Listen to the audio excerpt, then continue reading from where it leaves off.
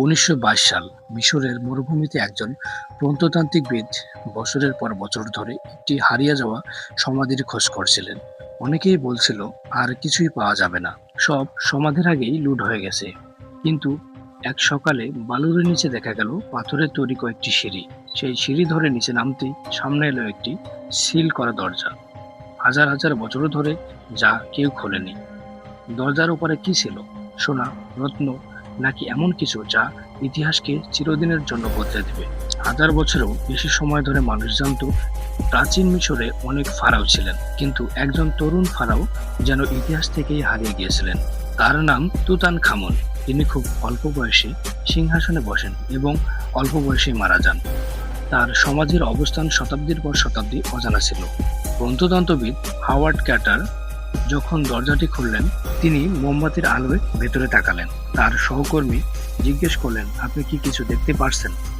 তিনি উত্তর দিলেন, অসাধারণ সব জিনিস। ঘরের ভেতরে ছিল সোনার রথ, অলংকার, মূর্তি, অস্ত্র, আসবাবপত্র ও অসংখ্য মূল্যবান নিদর্শন। পরে পাওয়া যায় বিখ্যাত সোনার মুখোশ, যা আজও প্রাচীন মিশরের সবচেয়ে পরিচিত প্রতীকগুলোর একটি। সমাধি আবিষ্কারের পরে একটি গল্প দ্রুত ছড়িয়ে পড়ে।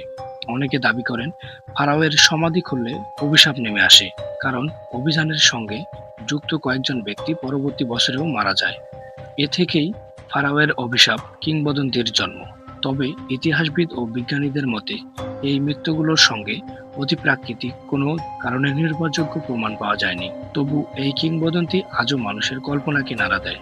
আজ ১ শতাব্দীরও বেশি সময় পেরিয়ে গেছে, তবু টুটানখামুনের সমাধি ইতিহাসের সবচেয়ে গুরুত্বপূর্ণ প্রত্নতাত্ত্বিক আবিষ্কারগুলোর একটি। এটি শুধু সোনা বা ধন সম্পদের গল্প নয়, এটি এমন এক সভ্যতার গল্প যারা হাজার বছর আগেই অসাধারণ শিল্প, স্থাপত্য ও সাংস্কৃতিক গড়ে তুলেছিলেন। আর সে কারণেই টুটানখামুনের সমাধি আজও পৃথিবীর অন্যতম বড় ঐতিহাসিক রহস্য ও বিস্ময়ের প্রতীক।